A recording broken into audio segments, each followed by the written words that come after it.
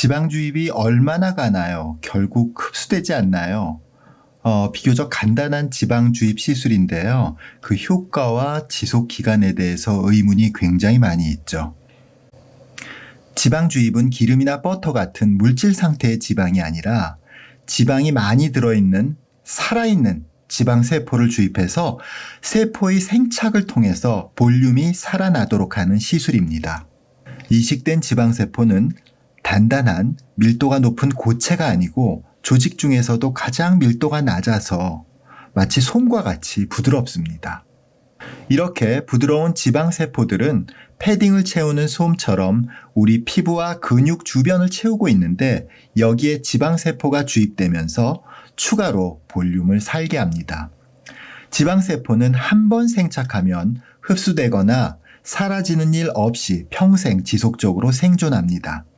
그런데요, 우리 인체는 피부라는 피복에 둘러싸여 있죠. 근데 이 피복은 인체의 윗부분, 이렇게 이 테이블의 위쪽 부분이나 이마 같은 부분에서는요, 팽팽하게 근육과 뼈를 압박하고요. 이 측면에서는요, 상대적으로 압박이 없는 공간을 만듭니다.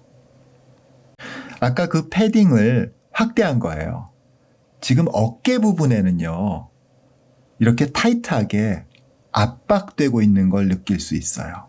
반면에 패딩 코트의 아래쪽 부분에는요, 이렇게 상대적으로 이 패딩 조각조각들이 좀 느슨한 주름을 만들고 있죠.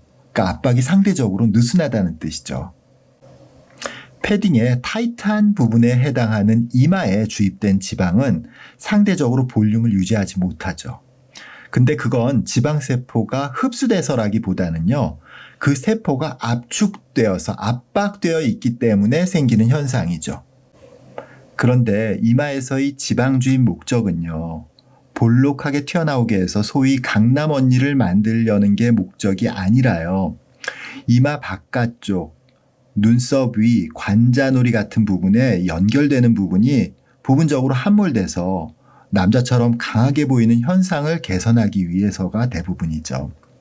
그러니까 이마가 돌출된 부분은 이식된 지방이 압박돼서 그 효과가 떨어지지만 이마가 함몰된 눈 위, 관자놀이 등의 부위는요, 두피의 압박이 상대적으로 적기 때문에 지방세포가 잘 생존할 수 있죠. 그래서 이마를 볼록하게, 아주 많이 볼록하게 할 수는 없지만요, 함몰과 돌출을 고르게 그리고 부드럽게 할 수 있어서 이마 지방 주입을 많이 시행하고 있습니다.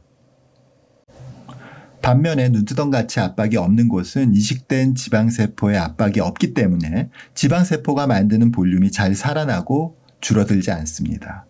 오히려 체중이 증가하면 지방세포의 볼륨도 늘어나기 때문에 지방 주입의 양을 매우 보수적으로 너무 많이 들어가지 않도록 해야 합니다.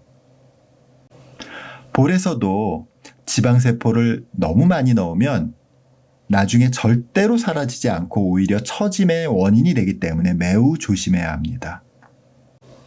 또 팔자주름에 지방 주입을 많이 하는데요, 생각보다 오래 버티지 못하고 또 주름이 생깁니다. 그런데 이건 활발한 운동이 이루어지는 곳이기 때문에 다시 주름이 잡힌 것이지 지방세포가 사라졌기 때문에 생기는 현상이 아닙니다. 지방주입에서 지방세포는 매우 잘 생존합니다. 그러나 그 위치에 따라서, 조직이 압력에 따라서 그 볼륨이 유지되는 정도가 다른 거죠.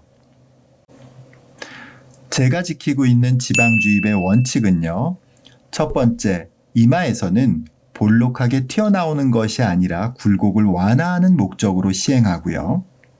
두 번째, 눈 위, 볼 같은 곳은 처질 수 있기 때문에 매우 보수적으로 주입되는 양을 정합니다. 세 번째, 팔자주름은 시간이 지나면 자연스럽게 다시 나오도록 너무 과교정을 피하는 것이 중요합니다.